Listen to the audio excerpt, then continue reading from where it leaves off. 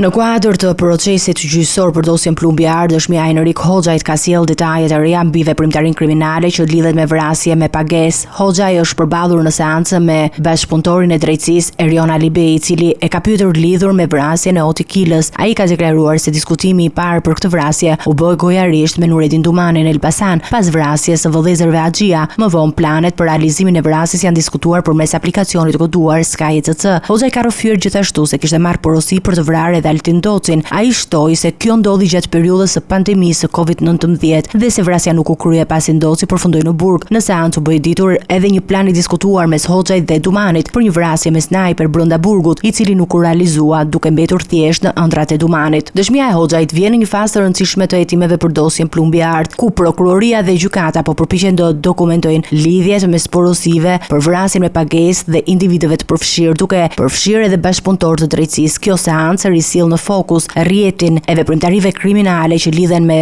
Nuredin Dumanin dhe mënyrën se si porosit për vrasje janë koordinuar dhe diskutuar në mënyrë të koduar.